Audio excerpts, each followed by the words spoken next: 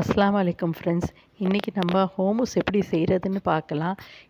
இதுக்கு முன்னாடி நான் செஞ்சேன் இல்லைங்களா தஹினி சாஸு, அது தேவை இதுக்கு முக்கியமானது. அதோடு சேர்த்து தான் இந்த ஹோமூஸ் பண்ண முடியும். இது வந்து பீட்டா ப்ரெட்டுக்கு ரொம்ப நல்லாயிருக்கும், கபாப்ஸ்க்கு நல்லாயிருக்கும், ஃபலாஃபிலுக்கு நல்லாயிருக்கும். நம்ம ஊர் வடை ஃபலாஃபிலுன்றது நம்ம ஊர் இன்னொரு விதமாக சொல்லணும்னா நம்ம வடை மாதிரி. அதுக்கு தேவையான பொருள் வந்து முதல்ல ஒரு கப்பு கொண்டக்கடலையை தண்ணியில் ராத்திரி ஊற வச்சிடுறோம். மறுநாள் என்ன பண்ணுறோன்னா அந்த கொண்டக்கடலையில் கொஞ்சோண்டு பேக்கிங் சோடா போட்டு வேக வைக்கணும். இது வேக வைக்கிறதுனால என்ன ஆகும்னா வேகமாக வெந்துடும். அதே சமயம் தோல் நம்ம உரித்து எடுக்க போகிறோம் இந்த கொண்டக்கடலைக்கு, அதுக்கு உபயோகமாக இருக்கும். ஒரு 5 விசில் விட்டிங்கன்னா போதும் ஃப்ரெண்ட்ஸ். அதுக்கப்புறமா இது ஆறிடணும். ஆறின பிறகு நம்ம கையால் பிணையணும், களையணும். நல்லா பிணைஞ்சி இது பண்ணோன்னா நம்மளுக்கு வந்து இந்த தோல் எல்லாம் வெளியில் வந்துடும். நீங்கள் பார்க்கலாம், இந்த தோலுங்க கொஞ்சம் வெளியில் வந்திருக்கு பாருங்கள், இப்படி வந்துடும். இதை என்ன பண்ணலான்னா நம்ம ஒரே தண்ணியை உபயோகம் பண்ணி திருப்பியும் களைஞ்சி ஒரு 2-3 தடவை களைஞ்சிங்கன்னா போதும், அவ்வளோ தோலும் வெளியில் வந்துடும். வேறு இன்னொரு விதம் என்னது அப்படின்னு பார்த்தீங்கன்னா, இந்த இந்த கொண்டக்கடலையை அழுத்தி தோல் எடுக்கிறது. அதுக்கு பதிலாக இப்படி எடுத்தோன்னா நம்மளுக்கு வேகமாக சுலபமாக ஆயிரும். நான் உங்களுக்கு காட்டுறேன். இதெல்லாம் எடுத்து அது அவ்வளோதான். எடுத்துட்டோன்னா நம்ம எதுக்கு எடுக்கிறோம் அப்படின்னு பார்த்தீங்கன்னா, இந்த ஹோமூஸ் வந்து ஒரு ஃபைன் பேஸ்ட்டாக வரும். இந்த தோல் எடுத்துட்டோன்னா, தோல் இருந்துச்சுன்னா கொஞ்சம் கொரன்ட்டு இருக்கும். அந்த அளவுக்கு நல்லா இருக்காது. ஆனால் சத்துன்னு பார்த்தீங்கன்னா தோலோடு வச்சு அரைக்கிறது நல்லது தான். நான் இதுக்கப்புறமா இன்னொரு வாட்டி எடுத்து காட்டுறேன் பாருங்கள். அடுத்த தடவைக்கு உங்களுக்கு இது வந்து முதல் ட்ரிப்புக்கு எடுத்துருக்கிறது இவ்வளோ தோல் வந்திருக்கு. திருப்பி இதே மாதிரி பிணையும் போது இன்னும் கொஞ்சம் தோலும் வர செய்யும். 1, 2 தோல் இருந்தால் ஒன்றும் இல்லை, அவ்வளோதான். இதை தனியாக எடுத்து வச்சுக்கோங்க. இது நம்ம வந்து வீட்டில் ஃப்ரம் ஸ்க்ராட்சு செய்கிறதுன்னு வாங்கல, அந்த விதத்துக்கு இது.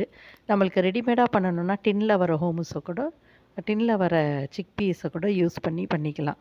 இப்போ நீங்கள் பார்த்தீங்கன்னா தெரியுது பாருங்கள், ஒரு கப்பு கொண்டக்கடலையில் எவ்வளோ தோல் எடுத்துருக்குறேன்ட்டு. இவ்வளோ தோல் எடுத்தால் கூட போதும் தான். இதுக்கப்புறமா நம்மளுக்கு தேவையான பொருள், இதுக்கு 3ஓட ரேஷியோஸ் ஞாபகம் வச்சுக்கோங்க. ஒரு 6 table spoon olive oil, 6 table spoon tahini sauce, 2, 3 வருதா, 3 2s ஆர் 6ன்ற மாதிரி, 3 பல்லு பூண்டு, கொஞ்சம் உப்பு, திருப்பியும் 3 டேபிள் ஸ்பூனு எலுமிச்சம்பழம் ஜூஸு. இவ்வளோ தான் தேவை. மற்றபடி வேறு எதுவுமே இல்லை. இது எல்லாமே மிக்சியில் ஒன்றா போட்டு அரைக்க போகிறோம். அது எப்படின்றது சின்ன சின்ன ட்ரிக்ஸ் இருக்குது, அதை நான் உங்களுக்கு சொல்கிறேன். அதுபடி நீங்கள் செஞ்சிங்கன்னா சூப்பரான ஹோமூஸு உங்களுக்கு ரெடி ஆயிரும்.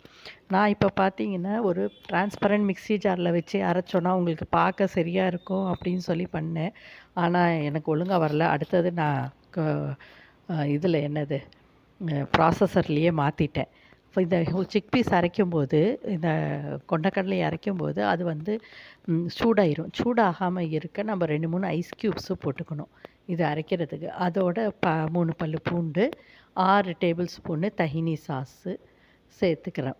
இந்த கொஞ்சம் பழைய தஹினி சாஸ் இருந்துச்சு, அதோட இப்போ புதுசாக பண்ண தஹினி சாஸையும் சேர்த்துக்கிட்டு அரைச்சிடுறேன். அவ்வளோதான். எண்ணெயை மட்டும் போடக்கூடாது. உப்பு போட்டுடலாம், லெமன் ஜூஸும் போட்டுக்கலாம். உப்பு மட்டும், எண்ணெய் மட்டும் கொஞ்சம் தேவைக்கு ஏற்ற மாதிரி அப்பப்போ போட்டு அரைக்கணும் ஃப்ரெண்ட்ஸ். இப்போ நான் ஒன்றா ஆட் பண்ணுறதை நீங்கள் பார்க்கலாம். இப்போ இந்த டிரான்ஸ்பரண்ட் ஜாரில் போட்டு நான் அரைச்சேன். நான் எவ்வளோ கஷ்டப்படுறேன்றதை நீங்களே பார்ப்பீங்க. கொஞ்சம் கூட அரைக்க முடியலை, ரொம்ப கஷ்டமாக இருந்துச்சு. இதே நான் சின்ன சில்வர் ஸ்டீலோட சின்ன மிக்ஸி ஜாரில் அரைச்சிருந்தேன்னா நல்லா அரைச்சிருந்துருக்க முடியும். ஃபுட் ப்ராசஸர் வந்து ஆப்டானது. எனக்கு ரொம்ப நேரம் எடுத்துச்சு, ஏதோ மறைசேலை. சரி இது சரிப்பட்டு வராதுன்னு சொல்லி நான் ஃபுட் ப்ராசஸர்லேயே போட்டு அதுக்கப்புறமா அரைச்சிட்டேன். நீங்கள் பாருங்கள், வெறும் இந்த பொருளுங்களை மட்டும் போட்டு அரைக்கிறதுக்கே ரொம்ப நேரம் கஷ்டப்பட்டேன், முடியலை. அதுக்கப்புறமா என் பொறுமையை அதை இழந்துட்டேன். அதனால் ஃபுட் ப்ராசஸருக்கு நான் மாற்றுறதை நீங்கள் பார்க்கலாம். ஃபுல்லாகவே ஃபுட் ப்ராசஸரில் தான் அரைக்கிறது ஆப்ட்டு. எல்லாருக்கிட்டேயும் இருக்காதே, அதனால் மிக்ஸி ஜாரில் அரைச்சி காட்டலான்னு சொல்லி காட்டினேன். நீங்கள் வீட்டில் மிக்ஸி ஜாரில் அரைக்கிறீங்க அப்படின்னா இந்த மாதிரி பெரிய ஜார் எடுக்காதீங்க, சின்ன ஜாரில் போட்டு அரைச்சிங்கன்னா ரொம்ப நல்லா இருக்கும். இது எங்கள் வீட்டில் ஒரு 3 நாள் கூட இருக்கலை, 2 நாள் தான். 3ஆவது நாள் பேருக்கு ஹோமோஸ் செஞ்சோன்னு சொல்கிறதுக்கு இருக்கிற அளவு தான் இருந்துச்சு. எல்லாமே முடிஞ்சு போச்சு. அவ்வளோ நல்லா இஷ்டப்பட்டு சாப்பிட்டாங்க எல்லோரும்.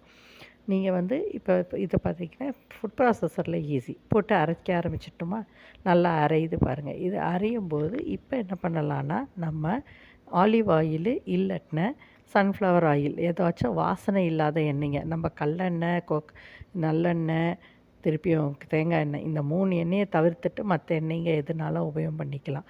ஆலிவ் ஆயில் யூஸ் பண்ணோன்னா ரொம்ப நல்லா இருக்கும், ஒரு ரிச் டேஸ்ட்டு கொடுக்கும்.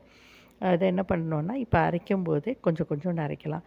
இப்போ நீங்கள் பார்த்தீங்கன்னா அரைக்கும்போது நம்ம இது வந்து மஞ்சளாக இருந்துச்சு தெரியுமா, என்னது கொண்டக்கடலை, அது வெள்ளையாக க்ரீம் மாதிரி மாற ஆரம்பிக்கும். இது வந்து ஒரு திக் கன்சிஸ்டன்சிக்கு வரும். சூடு இல்லாமல் இருக்க நம்ம தேவைக்கு ஏற்ற மாதிரி ஐஸ் க்யூபு 1ஓ 2ஓ அப்பப்போ போட்டுக்கலாம். ரொம்ப சூடு ஆகலைன்னா தேவையில்லை. அதனால தான் நம்ம ஆற வச்சு இந்த தோல் எல்லாம் உரிக்கிற இதுலேயே கொண்டக்கடலை ஓரளவுக்கு நல்லா ஆறிடும். அப்போ இது நல்லா மசியறதுக்கு இந்த டேஸ்ட்டு கொடுக்க நல்லாயிருக்கும். இதில் ஒரு சின்ன டிப் என்னதுன்னா, இந்த தோல் எடுக்கிறது ஒரு டிப்பாக, அடுத்தது வந்து என்னதுன்னா, இதை நீங்கள் சாப்பிட்றதுக்கு ஒரு 4 மணி நேரம் முன்னாடியாச்சும் நீங்கள் நிறுத்திடணும். அப்போ தான் இந்த எண்ணெயும் அந்த ஆலிவ் ஆயிலும் போட்டு அரைச்சிருக்கிறீங்களா, அது ஒன்றோட ஒன்று கலந்து அதோட ருசி கொடுக்க ஆரம்பிக்கும் இந்த ஹோமூஸ்க்கு. இல்லாட்டினா அது நல்லா இருக்காது. இது எவ்வளோ நேரம் நல்லா அரைக்கிறீங்களோ அவ்வளோ நல்லா வரும். நம்ம தஹினி சாஸுக்கும் இதே தான். நான் ரொம்ப நேரம் வீடியோ எடுத்திருக்க மாட்டேன். அதுவும் இதே மாதிரி தான் ரொம்ப நேரம் அரைக்கணும். அரைக்க அரைக்க வந்து அது நல்ல பேஸ்ட்டாட்டம் வந்துடும். இதுவும் அதே தான், அவ்வளோதான். இதை அதுக்கப்புறமா டீமோல்டு பண்ணிக்கிட்டு ஒரு பாட்டிலில் எடுத்து வச்சுக்கலாம். உடனே சர்வ் பண்ணுறோம் அப்படின்னா, நம்ம இந்த மிடில் ஈஸ்டர்ன் இதில் எல்லாம் என்ன பண்ணுவாங்கன்னா, இந்த ஹோமூஸையே ஒரு கிண்ணம் மாதிரி ஒரு பிளேட்டில் போட்டுட்டு அதுக்கு நடுவில் ஒரு குழி மாதிரி பண்ணிடுவாங்க, கிண்ணம் மாதிரி பண்ணிடுவாங்க. ஒரு சின்ன கிண்ணம்னு சொல்கிறத விட தட்டுன்னு சொல்லலாம். அது நடுவில் ஆலிவ் ஆயிலை ஊற்றிடுவாங்க. சிலர் வந்து இந்த இதில் சீரகப்பொடி தூவி சாப்பிடுவாங்க. திருப்பியும் இது பேப்ரிக்கா பவுட்ரு, என்னது காரம் கம்மியாக இருக்கிற மிளகாத்தூள் அங்கே எல்லாம் கிடைக்கும், அது போட்டுருவாங்க. இதை பார்க்குறீங்கன்னா அவ்வளோதான். இதே ஒரு 10 நிமிஷம் கூட எடுக்காது, அவ்வளோ அருமையாக ரெடி ஆயிரும். அவ்வளோ அந்த ஒரு கப்பு இதில் பாருங்கள், எனக்கு ஒரு பாக்ஸ் ஃபுல் வந்துருச்சு. இது நான் வந்து கொஞ்சம் கொஞ்சோன்னு சாப்பிட்டோன்னா ரொம்ப நாள் வந்திருக்கும். நாங்கள் எல்லாருமே சேர்ந்து எல்லோரும் டேஸ்ட் பண்ணி ஸ்நாக்ஸோடு வச்சுக்கிட்டு தொட்டுக்கையாக ஒரு நாள் சாப்பிட்டதுனால ஒரு 2 நாள் தான் வந்துச்சு. நம்ம ஊரில் நம்ம என்ன பண்ணிட்டேன்னா, அன்றைக்கி நான் கட்லெட் பண்ணியிருந்தேன், அதனால் உங்களுக்கு எடுத்து சர்வ் பண்ணி காட்டுறேன். இதோட நல்லாயிருக்கும். நம்ம சப்பாத்தி பண்ணிக்கிட்டு தொட்டுக்கிட்டு சாப்பிட்லாம். அப்படி இல்லைன்னா குபூஸோடு வச்சுக்கிட்டு சாப்பிட்லாம்.